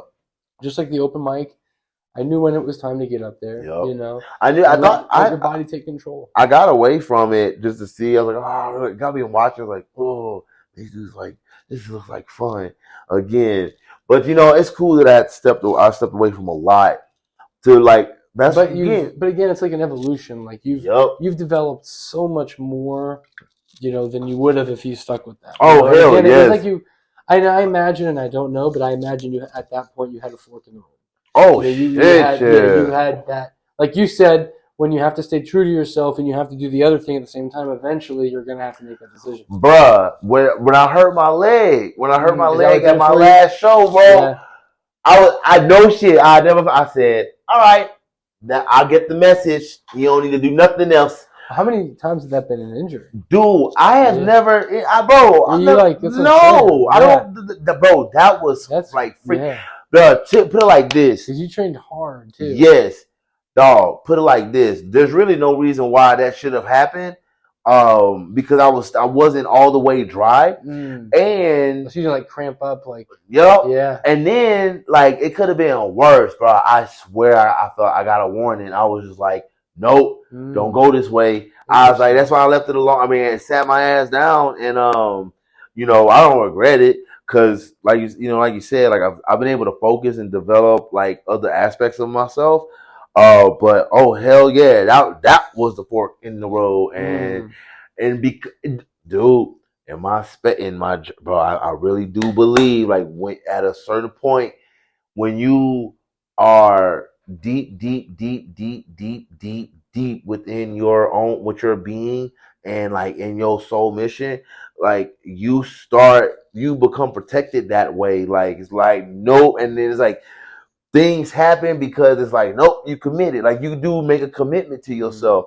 And I was like, that's what that felt like. It was like, nah, if I go this way, then I'm gonna repeat a cycle. And I chose not to repeat a cycle. And sometimes when they say, oh man, it's happening for you, yeah, man. Because when you become one, like you did one with the current, like you just all right, that makes sense. Time, you can look at you can look at yourself and logically break it down. Yeah, that's how. Yeah, you be like, oh, but somebody might not understand it, but you do. You be like, don't even worry about it. Like, all right, I just had a deal. I made it. Don't. Yep. Yeah. Yep. It's like, yeah, man. It's like that's why it's in. It's if you choose, like, if you try to choose, be like, man, I get it. Like, what was that? The bet on yourself. Know that you're gonna come to a point where you're gonna have to burst out. But don't that sound fucking amazing though? Yeah. Like that's the thing. You like, wait a minute. I get another form? What? And dude, like and I've always envisioned this moment, even when I've had many moments, but like you have a couple big moments with yourself and like, damn, man, look at you, bro. Like, you'll be happy with yourself. You'll be so happy with yourself that you better on yourself, bro. It'll be like, yeah. Like, because it was a dog, I can't. Ugh. It gives me the heebie-jeebies. Yeah. When I think about, when I see people. Yeah, man. Even when I see people, like, damn, bro, like, great. You're not living your truth. Fuck that. And you'll win. And you see the potential. Like it hurts your feelings almost. It does. It really does. It really does. Like, man. Like, and it really does, man. Like, again, to go back to Julian, he's one of those guys, like, because I just hung out with him on Memorial Day. Yeah. And the whole fucking day was just chaos. And I promise I'll bring this back around. And so that happened, the story you was telling? Monday. So that happened, like, I think 2 Saturdays. Oh, okay. Yeah. So, all right. So, my God. Memorial Day, yeah, I know. Yeah. Y'all, see? Yep, I told we're going to be outside when I meet your ass, bro. Yes. Yeah, it's regular. Yeah, at the park. Usually when you talk about him, chaos ensues. Oh, there. So now we're about to understand why. So we went for Memorial Day on this boat, right? And we were supposed to go to Shell Isle. I don't know if you're familiar with that. Yeah, it's a pretty cool place. There's a lot of hidden like lakes in there. It's cool. Really beautiful. And so, anyways, we were on this boat, but it was really small, and there was like 8 of us, right? And so the whole time, this boat, because it's really choppy waves, is just like hitting these waves and just crashing on the water. You know, I mean, it feels like it. Honestly, when it hits the water, it feels like you've been stopped at the bottom of like a bungee cord. You know what I mean? Like, I mean, you're hitting. What kind of boat was this? Like, I don't even know. It was just a small one propeller, small boat, like a fishing boat. Almost? Yeah, for sure. Like a 2-person, not an 8-person boat. And and I'm at least 4. Dog, I was about to be like, dog, what the fuck? No, but there really was 8 people on there because they were his parents, Julian, his younger sister, his older sister, her boyfriend, and me and Nyla. And then if you want to even count the baby, that's for real. Yeah. So the baby, which did awesome, by the way. So, but anyways, so we're out there and we finally get to Shell Isle. Turns out we're meeting someone else there. This guy who's driving the other boat, you can see the heart monitor in his chest, like bulging out of his chest. Oh, he's got those old like Randy Macho Man Savage like glasses on, all the fluorescent classic Florida Jeep. Jeep driving guy, like super deep, spray tan dude. Yep. And he's just like all look like a rotisserie chicken, a well cooked rotisserie chicken. Yep. And so like he used to work out, you know what I mean? So anyways, got the little wrinkles on his chest and shit like that. Like just like he always hold a lot of water. Yeah, little speckly skin. Yeah. White hair. I'm just going. His hair is gone. Listen, he takes too much. See, it is. But no, I'm sorry. Hormone replacement. Yep, that's what it is. Still looking like he buff. Yeah. So anyways, got the beer belly, but ab look. You know what I'm saying? The weird. Yeah. Y'all know what I'm talking about. Yeah. Here we go. The turtle shell look. I'm done. All right. Chest puffed out. Yeah. All right. Looking like he's low. Yeah. Okay. I'm sorry. All right. Wait. Hold on. Shell out. So we're at Shell out. We got there with the boats, and they're following us. Now we try to anchor. It takes us about 35 minutes to put the front anchor down, right? And then Julian, who's just like nursing a bottle of rum the whole time like a pirate, is tasked with putting the back anchor out. So 35 minutes of us having to untangle the front anchor as we're just like kind of floating in the sea in circles. So we're all like crashing up and down because there's waves. Yeah. And again, we end up putting this anchor down. We end up going over it. We're maybe 10 feet away from it now. So it's all the way over there. And we're trying to untangle it before the boat wants to tip over. Yeah. And they put Julian out there to put the back anchor out. So he ends up getting that out there. Now, as he's out there, he ends up coming back again like a pirate with his bottle of rum. And the back anchor just starts like creeping its way in, right? So we're like, you got to go back over there. So then he goes, he's like, oh, son of a bitch. And it's all cold because it's super windy, which is why it's choppy. And he runs back over there, son of a bitch. And, he's just like standing on this thing again with his bottle of rum. And the other people are just like circling around. It's like, what the hell's going on, And as they end up anchoring, they're trying to anchor. It's so rough. Their boats are like clanking together. Yeah. Right? You can hear them hitting each other. I'm just like standing on the beach. Now I'm the one that's tasked with holding this back anchor, the back anchor down with my foot because it just wants to keep creeping its way into the sea because there's so much chaos ensuing on these 2 boats, right? Everyone's yelling at each other. There's chihuahuas barking at everybody. There's pit bulls eating. Oh, you stupid, bro. Yeah. No, but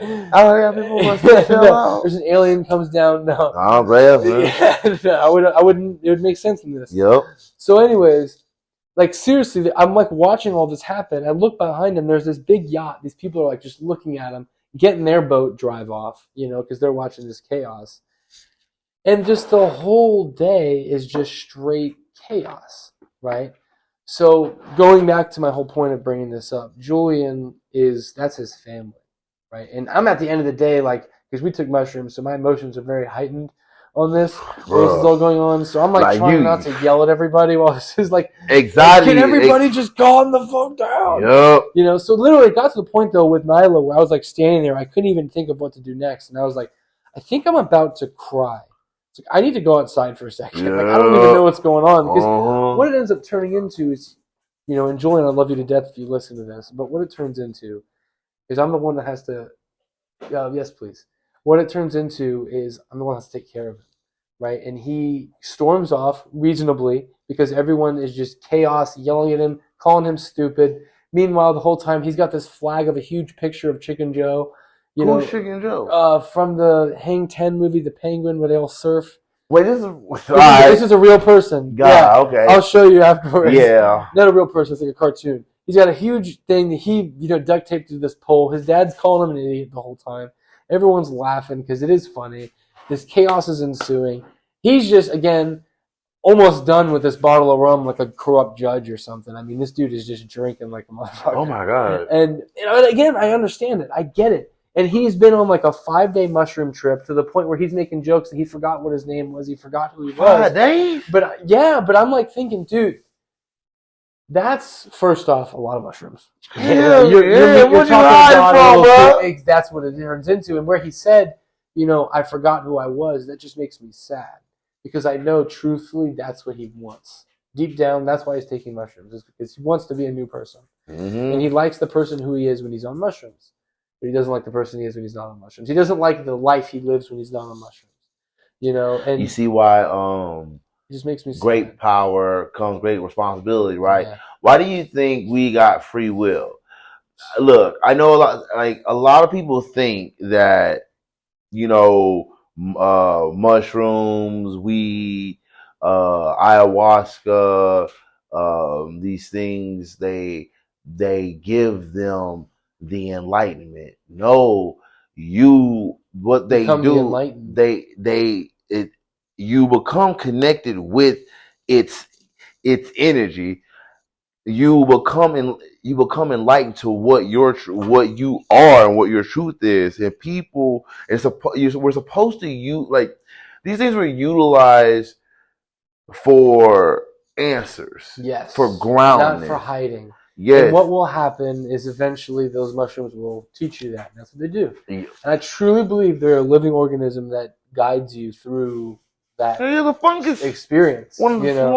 And it's not even about, because I watched this really interesting video or documentary about psilocybin, about the actual chemical that makes you high. And this doctor was this psychiatrist was explaining how mushrooms don't make you high like smoking weed or even taking acid. They put you in a higher level of consciousness, and now you ride in this higher level of consciousness. And it's again like the ether I was talking about in the last episode, where it allows you to access more of this ether. It puts you in this higher level of consciousness, and now you live here and you stay here, and it expands your ego. It tells you who you are. And if you're an asshole, it's gonna let you know you're an asshole. You ready for this one? I'm ready. Let's hear it. So bro, because it's true, right? The higher level, because the vibration and frequency that it puts you on, bruh, you confirmed something, and I knew I wasn't tripping. See. My experience with mushrooms of I take them when they call me. Like I do the same thing. I don't like taking 5 days in a row. Yeah, if I don't have them, I'll have them. But then with something like I've had when I first had them, I was like, well, man, I never wanted mushrooms. I want mushrooms, and they were just easy access. Yeah. So I've been learning about it slowly through my experiences and how we're just connected and just whatever. Anywho. One day we was at Costco and we had mushrooms. And you went to Costco? We went to Costco. Right. And at this time I was like, it was like later on, so we were, it was like at this point you ride.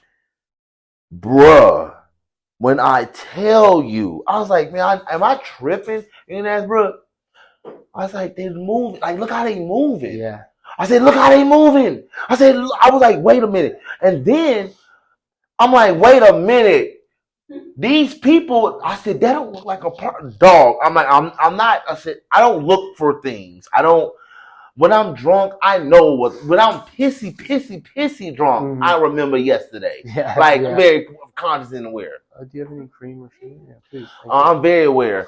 So I'm like, bruh, everybody looks robotic. Yes, bro. Stop it, bro. I'm literally dog. I'm in Costco, bro, and then when you go to Costco, dog, and there's a pattern. You start recognizing patterns. Yeah.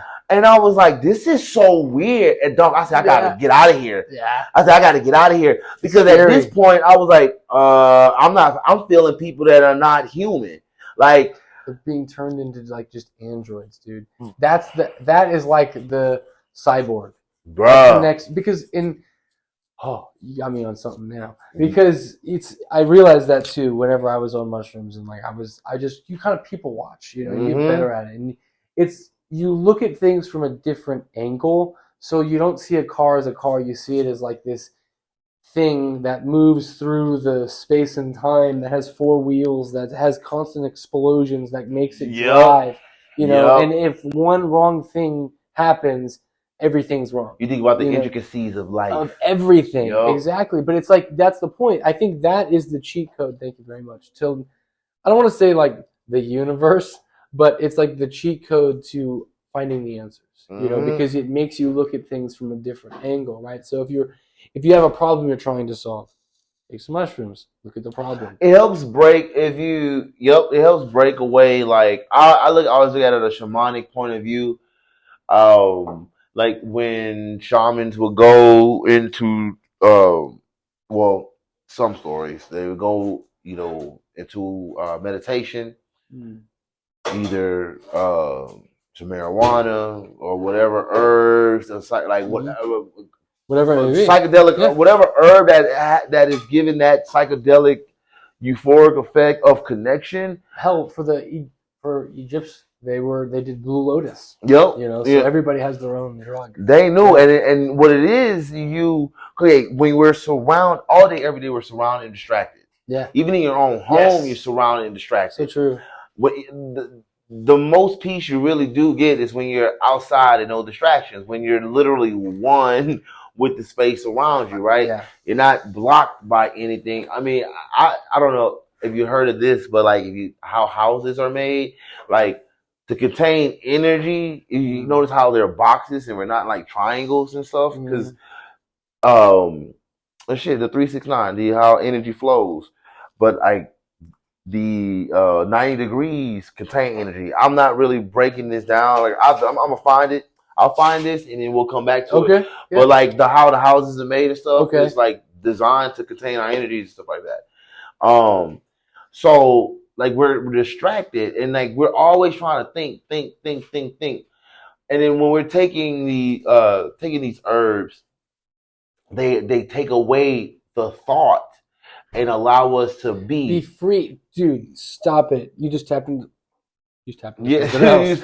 No, but it's like when my process, even when I like write comedy, is I'll smoke weed and like just stare at the blank screen. And I hadn't written for a while, so literally yesterday I wrote, and for the first time in like a week, and I sat in front of the computer for like 48 minutes. Literally, it was 11:48 p.m. or a.m. and I started like writing, and I ended up getting a bunch of stuff out. But it's almost like the weed had to settle in and get me in the right place, and I had to be in like this good vulnerable spot to be able to even put this joke on paper, because it is a pretty vulnerable story to tell. You know what I mean? Like jerking off and all that. Bro, I knew you was going. But I'm just saying, like, I'm not trying to be funny. It's about relax. It is, and it gets you to that place where it feels like it unlocks this just different area in your brain that you can access this different level of creativity. You go to the seat. So okay, let's put like now, right? Let's take it, and now you take away the tool. What did the tool teach you? Yeah. The mushroom teaches you something. The weed teaches you something. It doesn't teach you to write. It doesn't teach me to live better. It teach me how I am working and how I'm operating. Right? This is saying so it's like everything. It's like everybody giving the blame. Everybody want to give the blame to the devil or something. You know what I'm saying? Yeah. We got to look at or somebody like, oh, Jesus take the wheel, or like just looking for an outside source to. We got to look at that. Right? What are we doing? What are we doing? Right? With marijuana, it always reminds you to breathe. Breathe, inhale, exhale. Yeah. Right? So when you have mushroom, it reminds it, like what you said about the car. You think about how all the parts are working. The mushroom reminds you how you're working. Oh my God, I'm not using my brain. I'm like, man, my heart, this is how I feel my heart. I literally, look at my bones, man, they move like this. Yes. And now I can feel how each joint moves. Now I'm pop locking because I'm looking at, I'm now studying and realizing how my operating system works, which is when you, to know thyself is to know your truth. To know your truth is to know the vessel. To know the vessel is to know all of it. So it makes sense to know all of you. Though these are tools, sometimes, man, we forget where we are. We forget ourselves. Not in like a whole full 100%, but we're distracted. We can be distracted by the shit that we're doing. Right, that's focused on you. Because everything gets materialized. Doesn't matter. A thought becomes materialized, and if we're constantly focused on the material, then we slowly start losing ourselves, which is the soul, which is your soul mission. But you're only developing the tools. These external tools help us get connected, remind us how we do it. Yeah. So something like breathe. More connection, and then you utilize your own superpowers. Like we have to, like, everything has got perverted. Everything has been perverted. Everything has gotten everybody thinking, and it's not, you're just like I see this a lot, and like, no, I can't take it. Like whenever I had no shit, when I really discovered one of the effects of mushrooms, and I realized like, oh, I'm moving faster, I'm different, like.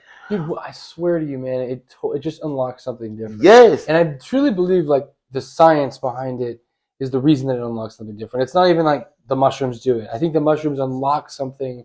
It's almost like the programming in your brain. It's like able to unlock a certain level of programming that's there, but you're not able to access it all the time. You have to be in this higher level of consciousness to access it. So it's not, again, like, the mushrooms are making you do this. It's like the mushrooms just make your neurons move faster. So it allows information to move quicker through your brain. So then you can, look at something from a bird's eye view, from a different perspective, because now there's certain parts of your brain that are more active, that are moving faster, that weren't even moving that fast before, weren't that active. So now it allows you to be introspective or look at your ego in a different way. And like I said earlier, if you're an asshole, it'll tell you you're an asshole. Yep. Because it might show you a leprechaun, and you're going to talk to that leprechaun, and it's going to tell you you're an asshole. Not even trying to make a joke. It's just, it is what it is. This is what I challenge people, because, I get it. Like, I'm like, damn, I don't want to be in this space. When you do LSD, acid, or mushrooms. Take the fullest introspective approach. Oh yeah. Then on the when it's fully out, take what you're doing, and then do it again. Right? Not that, but like what? Like you figured out something. Yeah. Now you gotta exercise it. Now you gotta ride it. See, like we gotta ride the vibration. How am I feeling in this point? It like you said, it won't, like, not sorry. We get blocked. So we get blocked all the time. How we can get blocked in our own shit. That's how we gonna lose ourselves. And then man, we wake up because now I'm not creative because that task is done already. Now I gotta go to the next space. Now, okay, like when you open up those new pathways, like, and that's how many pathways we're always opening, right? Yes, like they're always there. You just have to access them. And then so now when you tap into that, right? Let's say, okay, now you have an external source. Now you take the external source. You learn how to tap into that from the external source, because if I sit and now, because all, because if we really think about it, all it did was just activate the same synergetic chemical response in our bodies, and it's going to go through a travel. What is going on with my body right now to get me into this space of enlightenment? Right, you get enlightenment every day when you sit and be still. This is what meditation is. But now, if you sit, literally, this is patience at its finest. Boom, boom, boom. No distractions. No distractions. Don't do it with nobody. Excuse me. Hold on, I hear that. You're good. Don't do it with nobody. Full study mode. Go, like, this is where you go to the university. Go within. Like, that's like, and then once you like take that, use that method, use that, and go as deep as you need to go. But your body teaches you. I like to say that the spine is the encyclopedia. Of the body. Yeah. Oh my God, bro! Anything you want to know is there, bro. Yeah. It's meditation. Well, dude, bro. I mean, the spine is if you're talking about like the nerves and the nerve endings in your spine, everything's connected. Everything is connected to your spine. All information travels through your spine to your brain. Your spinal fluid has all your ancestral DNA in it, and I'm not like no, I believe yeah. Bro. Maybe this is the only way I can explain it, and maybe hopefully I get other words, but like the best, like everything that you want to know, like your great grandfather, grandmother, whoever, like, bro, it's sitting in your spine, and we tap, and like it's a little bit like, you gotta think about it, right? You here today, and all the information traveled from your ancestors, right, is like sitting in you, right? Yeah. All that information is there. Like, you really think about how many eons of information that is, and your body has to contain this. It couldn't contain it in one sitting. It would have to release it little bit by little bit. If we don't tap into that, we never experience it. Then we get to a point, because now this is where the battle comes in. We get to a point where we get distracted, and like going to our, like, your path has a lot of your ancestral DNA. Now, in the movement aspect, you tap in stillness and meditation, the Kundalini awakening. Yeah. This, like, dude, that is a still way of like tapping into your all the knowledge you want to know, everything you want to know, like, it's right there. It's right there. Why do you think it's so hard for some of us to access it? Because we're expecting. Okay. The intention is really the fall of it all. Yeah, bro. Yeah. I want intention on it. I ain't the only one saying this. No. But so think about even that question you just asked, and even why that question was asked. With the information that we're getting, that people that are putting out, that's even being perverted. It's like, why are we having a hard time being? Yeah. Why are we having a hard time being, like, just saying, like, fucking, I'm a D. Yeah. I'm a Damar. Like, yeah. If that's a dog, if that's a pit bull, you will aim it. Mm-hmm. Like, okay, you're not the body, but your name is the vibration of who you are. Yeah. So you are aiming. I ain't you. Yeah. So it's not. You have to want to know yourself. I'm telling, bro. I always say, like, when I posting videos, y'all be seeing me moving shit, I'll be feeling like, dog, that's life. And like, even to bring it back, yeah. When you sit back and you sit back in stillness, this is why we like to don't daydream, go within. So I wanna go back, like, kind of call back on something you said. So earlier we were talking about how the root, and how that kind of, if you stay there, then you're in greed and a lot of money and a lot of the bad decisions, like that type of stuff. And you're living in that existence. Desires. That's what the word was. I couldn't remember. And you're living for these desires, right? So doesn't that almost, like, this and being still would be the practical application of having that knowledge now? So if you understand, okay, if I'm sitting in this lower level of existence, and there still are lower levels above that, because the goal, if we're taking like a Hindi or or like a Buddha approach, it's trying to reach full enlightenment, which is all the way in the pineal gland, where that's what you're trying to do. So there's still a journey on the way up. But it seems to me that the hardest one for everyone to get out of is that root. And once you can get out of that, it almost seems like you unlock different chambers within there. Not that it gets easier, but like you've done the first open mic, so now you know how to walk through whenever they call your name on stage. Why do you think it's hard for people? Real question. Why do you think it's hard for people to get out of that? So I think, from just talking about my own experience, I don't want to say for people. No, you observe. No, bro, because I am the please, right? Yeah, the please is observing. So from your observation, so you have to bring yourself. I just think a lot of it is definitely comes from that anxiety of change, and that like anxiety to be that person, and not being okay with that resistance, that feeling of resistance, and being able to break through that. You know what I mean? And when people do that enough, because this is kind of a realization I came to because I was watching our 8th episode podcast today, and something we were talking about on there. Of course, I lost my train of thought. I'm sorry. Oh, that's all right. No. What was I just saying?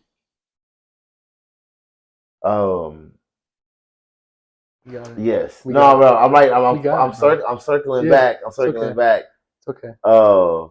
You and your experience of root chakra. So like why people it's hard to like come out of that? You saying some anxiety. Oh yes. So I don't think it's only from anxiety. I definitely think it comes from a lot of different sources. But if I was to say from my own experiences, it definitely stems from a lot of that resistance, and that word keeps coming back, right in my head. Man, you see, I wouldn't even put you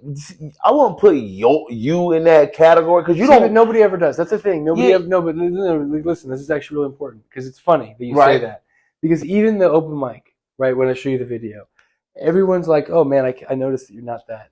Like my dad, it's the first thing he said was, "You look like you weren't that nervous. It kind of looked like you'd done this before." My friends, you weren't that nervous. You did a good job. You really were able to kind of look like you were telling the stories like you were to us. Mm-hmm. And all I could say is the entire time, though, was I couldn't feel my heartbeat. I'm pretty sure one of my toes fell off.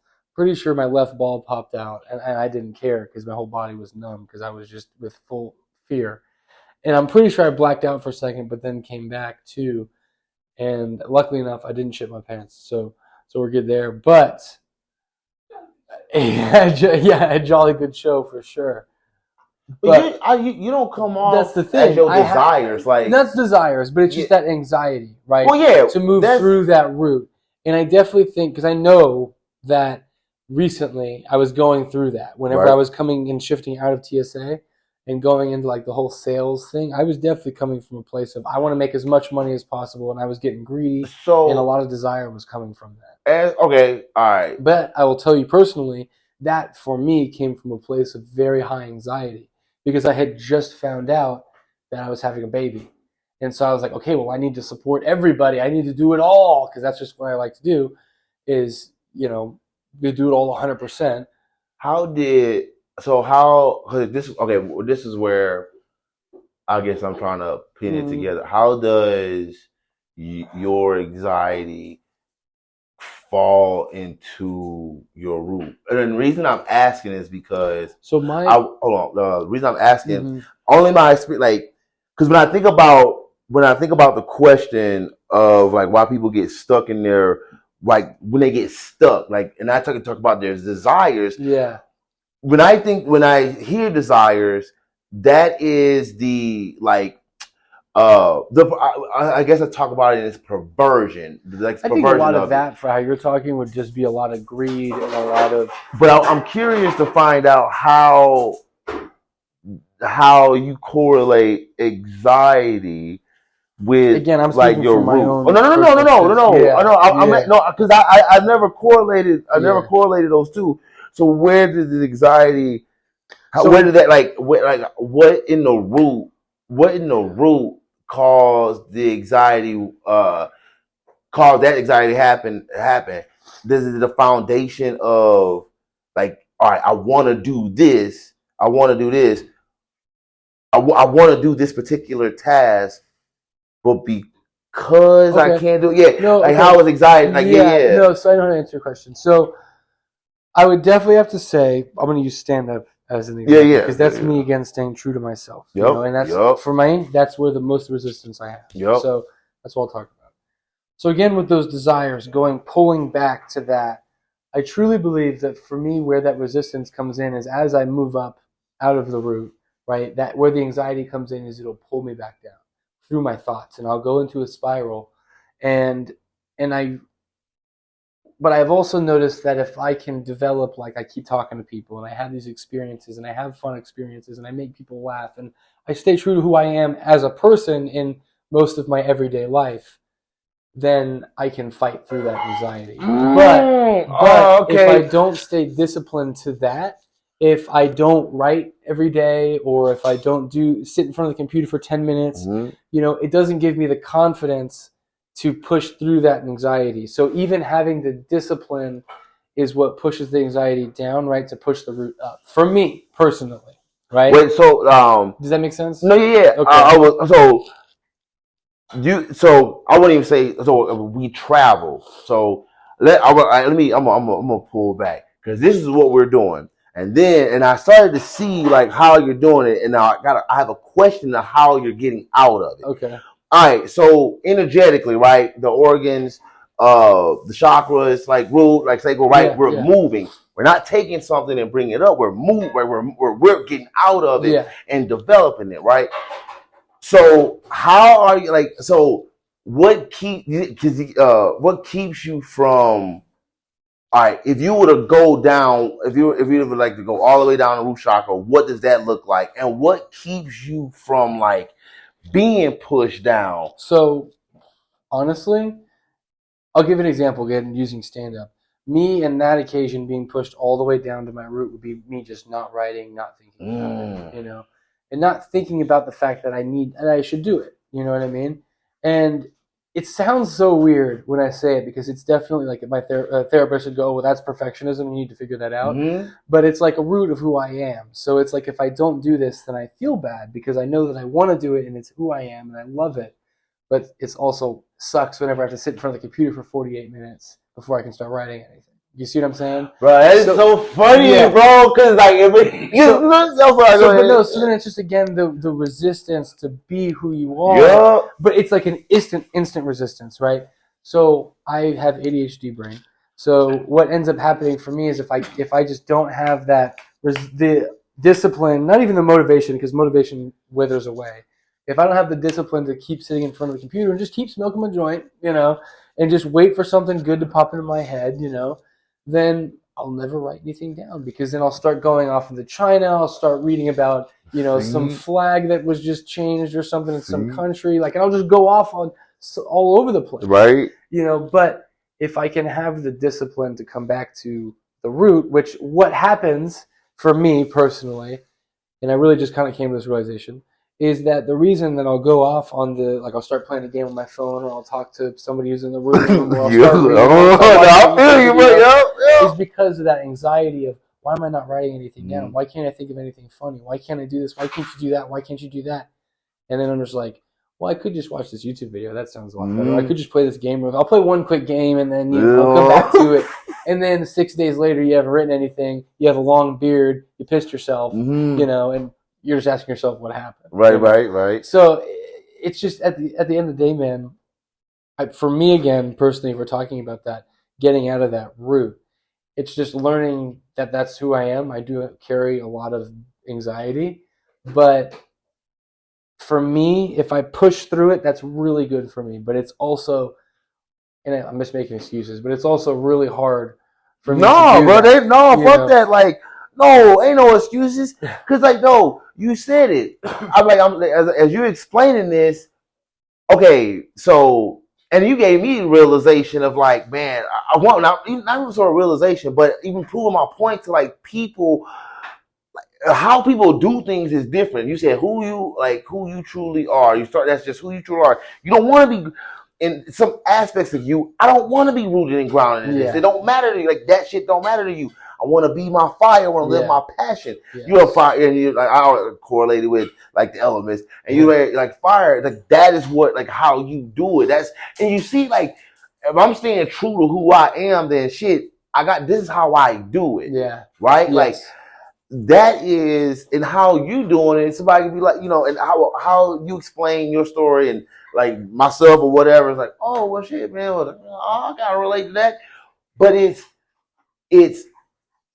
how you have to operate. So I'm hearing you and I'm like, yeah, you're learning to like, man, I take some of this dirt and like contain this fire, but I would rather go full flame, full blast. Yeah. And be that truest self. I like to even go back to anxiety, man. Like I'll get anxious when I have to do something I don't want to do. Like something like, I'm good on the fly. I'm good on this. Yeah. Like, oh man, when this gotta be better, it's gotta be do this, so they gotta have it like that. Yeah. But I'm gonna be myself anyway. But I get it. And like I like to be in my thoughts. I like to create an idea. So like, yes, I understand I have to pull from the root and so pull from the root. So the travel. So we have to learn to travel up and down. You have to see like we're not just reaching enlightenment. You're having to travel to an enlightenment, like to the enlightened moment. I also think you have to understand that even as, and that's kind of my point with all this, is like even as I move up, there's still that you have to do it every day. It's like it's still an everyday grind to reach that and move to that enlightenment, and so at the end of the day, that's if you think about a mushroom trip, think about how long think about the travel. That same travel, yes, that thing could equate whatever a gram or 2 grams, whatever is. They say like 4 hours to 4 days, or you're going through those things. Why am I coming up with? Why am I crying about a situation today or crying about a situation that happened yesterday, right? You was gonna cry on a day, or maybe you was gonna cry on a day that like you did take it, and you on that path traveling, yourself to this point. There's gonna be a day in those travels that you bust out of some tears, and then enlightenment, like, oh, I got it. And it's gonna be that day. You like macro, micro. When we're sitting still, going through the experience meditation, when you're taking like the mushrooms, you're going through those things and you're realizing like that's why like we always talk about stillness. Sorry, like you see how this shit just loops. You see how this shit just loops. But it does. It all connects. Yeah, it just keeps looping, and like if you can see the connections. It's honestly, dude, and it's to me it's fun, but for some people it might be like but we are really truly are detectives in our own life, And again, like trying to find, like going back earlier, like you're saying, to find that true self, you have to be a detective through your own memories to figure out. Oh, okay, I've been the funny guy in the group through this type of comedy. Okay, so like I can be funny. Yep. I get it. You know what I mean? So maybe this is kind of a calling. You know what I mean? Mm-hmm. And if anything, it's just convincing yourself. It really is. It's like being that true detective in your life, but then you have to continue to do that and be the observer. And if you can do that and you can stay true to that, stay true to yourself, you'll only be better for it, and the people around you will only be better for it. Shoot, yeah, bro. Because you ain't putting your shit on nobody. You like, oh, all right, man. You're always looking for the mess. Well, and the best thing too about it is whenever like you are trying to find your truest self, it will cause someone else to try and find their truest self. Yep. Because they're around you. Yep. You know what I mean? Because they saw you doing it. That's the point of why we do this. Exactly. Right? So then hopefully someone else starts their own podcast or does their own comedy skit or starts movement. You know what I mean? It's whatever they want. And so at the end of the day, like I feel like that's the goal. Is there's 2 maybe 3, but I don't know the third one yet. But there's at least 2 goals that I know in life. Is that, is to get to tomorrow and be a decent human being to everyone else around you and live with those connections and understand those connections. And build relationships with other humans. Because if you don't, you're going to be a very sad and lonely person for it. You see. Even if you think that your truest self is not being around people, and I'm a homebody and I like being in my room, you still have somebody you talk to. Human connection, bro. Yeah. It's very important. Very important. Jinx. Nice. Shoot, yeah, bro. Dude, how long we went? Dude, we're at least at. It's 2 hours. All right, we gotta do at least 45 more seconds. So the weather was beautiful today. Yeah. I saw a midget with just thick cheeks on Instagram too. Bro, what is up, man? Bro, there's so many of them. Oh, I don't get it. God. All I'm trying to say is they get popular too. I'd smash. That's all I'm saying. Bro, they're bad. I mean, listen, very thick thighs because they're compact, right? But also they kind of walk around like they got something to say.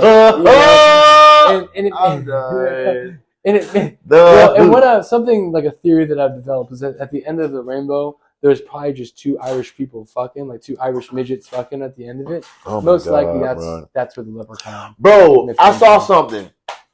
I saw it before we bust out. Yeah. This dude. No. So this. I saw that they said these guys on this podcast were talking about how every redheaded character in DC or any superhero movie got replaced by a black dude. They said DC. Yup. And I was like, oh man, like the black. Was it Starfire from Teen Titans? Black girl. Wally West from Flash, black dude. Yeah. What you call it? Somebody else, a couple more. And it's funny, I heard a theory. I don't know if it's true or not. But they say that like Irish and blacks are like genetically cousins. Oh yeah, like no shit, like genetically cousins or like related, and they're like they're like not negative, like they're like the opposite. So you got like if you look at like black people, like just basic features, right? Okay. Just a general genetic standpoint. Usually big, scruffy, hair very woolly, very woolly. Yeah. Very dark, right? And with the Irish, it's like usually the opposite. Like black people, black people will have after enough time in the sun, black people's hair turn red. That is Nyla's hair does that. And if you look at Irish people, like just look at an Irish man and an Irish black man, and they just look like an opposite, and like the big ass nose, and they were slaves, stuff like that. I mean, but whatever. But I've heard that multiple times. I was like, huh. And then why is it that everyone was switched with a black person? I thought that was interesting. Yeah, bro. That is interesting. But like that's just like I love genetics, bro. Like. People look like people, man. I mean, look at the Thai people and like and black people, bro. Okay. Thai and black people look similar too. Especially when they're high. Mm-hmm, bro. It's weird, bro. It's so weird. It's all like I just love this shit, man. I love like genealogy and it's very interesting. And bro. I mean, like for me, what's always been interesting is the people that are like 100% something. Oh my god, that doesn't happen. Yeah, man, and because that means that you've been like inbred. You know what I mean? And so like Conan O'Brien, for example, he's Irish, right? Redhead, and he's like 98% Irish, which means he was inbred, and so he's like making jokes about, that makes sense why and he's like walking around. And that's retarded. But it's like. That doesn't happen. No. And like I always like that type of stuff. It's like the stuff that's like, and like those mutations and stuff. It is interesting. Genetics are very interesting. Yeah. It is very interesting too. And I don't want to get canceled for this. And I don't think it's interesting because I agree with it. I think it's interesting. Eugenics. Now, do you know what eugenics is? Oh, yeah. Like, it's pretty much like blonde hair, blue eyes. So then you have to like dye the Jewish people's eyes. Yeah, trying to like really trying to like pinpoint and create a breed like fucking through genetics. Yep. Yeah. And so that's like where CRISPR came out of, the idea of CRISPR and being able to like snip people's genetics and literally be able to like replace them with stuff. So in China, there was a study recently where they did that. They used CRISPR to try and make, I think it was kids with some muscle disorder like try to change their genetics so they don't have the disorder. Oh wow! It ended up making them like 10 times more intelligent, and they're like, "Oops, we didn't know that was gonna happen." People don't believe yeah, that. Sure, you didn't know that was gonna happen. People don't believe that genetic you can like make your own splicing superhuman.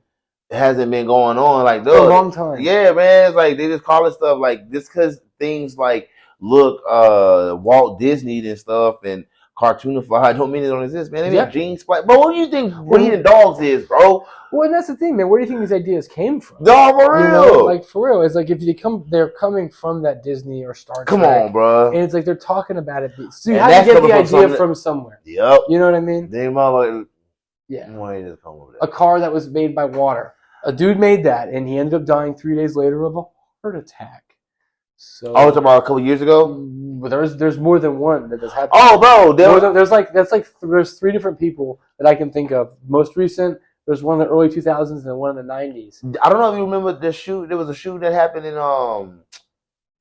like the Northeast, like Philadelphia. He ended up killing the guy, right? Yeah, all the old people got shot up. So the dude, apparently one of the guys that got shot up there, he created a water powered engine, a water powered car. Why do you think? All right, I'm gonna get really conspiracy theory here for a second. Why do you think that like the Illuminati, if that's you want to put a name on it, why do you think they want that to be gone? Because it really if it's really looking at it from like a movie perspective here. 3 times, again, that I can think of, this has happened, where someone has made a water, powered engine, and then they die mysteriously. You know how we say, great power comes great responsibility? Yeah. Man, but why water engines? That seems so weird. What is the implications of having a water engine? Well, because nobody can make money. Now we're going back to the root desires. We're going back to desire. Everything is about money. If we do that, now we become sovereign. Now we're utilizing nature as it should be. Like then now we're not paying for nothing. Now we're building houses from we're like creating structures out of thin air. We're creating 3D structures, bro. I mean, our technology is amazing, bro. It's not. We can do some more, bro. Oh, dude, we can. Yeah, all the problems we really do truly have can be solved by technology. Oh my god, a lot of the problems. And bro, and what's crazy is a lot of the technology that we use is coming from rocks. I'm gonna just let's not put no. I ain't putting no. I won't put no value on it right now because if I do that, then that gives everything else value, and that's what it is. They're coming from rocks. Yeah. They're coming from minerals in the ground, bro. Bro, you're right. I mean, think about that, dog. Like a car is made from. You mean to tell me we can't live in a self-sustainable? Bro, this thing could just be moving and we just vibing and we just grinding and we just doing our thing, huh? The hemp car in the 70s, there was like a big push for hemp, like in clothes and in what else? A lot of different industries, a bunch of different industries. Canvases used to, and I think still are, made out of hemp, and it's very strong. And you can't hemp paper is really hard to tear. And in the 70s, whenever they made weed illegal, it was this like push by the beauty industry or whatever industry that would be for clothing and stuff. I guess the clothing industry. It was cotton. Yeah, the cotton. That's right. The cotton industry was trying to push against the hemp industry by saying weed, which is where this hemp comes from. This plant is so bad because Mexicans smoke it. Yeah, you notice how like Reefer Madness and all that, like these movies for propaganda. Yeah, Cheech Chong and shit like that. Well, I don't know if that's propaganda. They I know what you mean. Yeah, no, it's like crazy. And if you notice, every story like that, Tesla versus Edison, the hemp versus cotton. Yeah. Everybody that was about some humanitarian versus the people of the United States. This dude, bro. Man, hey y'all, look, you guys have a beautiful day and or night, depending on what time you are watching this. And on that I think I got us canceled about 3 times tonight. This dude. Oh, bro, we are good. We went strong. We went strong. Bro. Yep. All right. Yes. Thank you for all who know you do it. Thank you for everyone that's watching ever and anywhere. Thank you. Yep. So yeah, just thank you guys. Appreciate you. We're gonna have some stuff to promote pretty soon, so look out for that. Yes. And we're gonna be on Rumble pretty soon here. Appreciate you guys. Nerd out. Nerd out.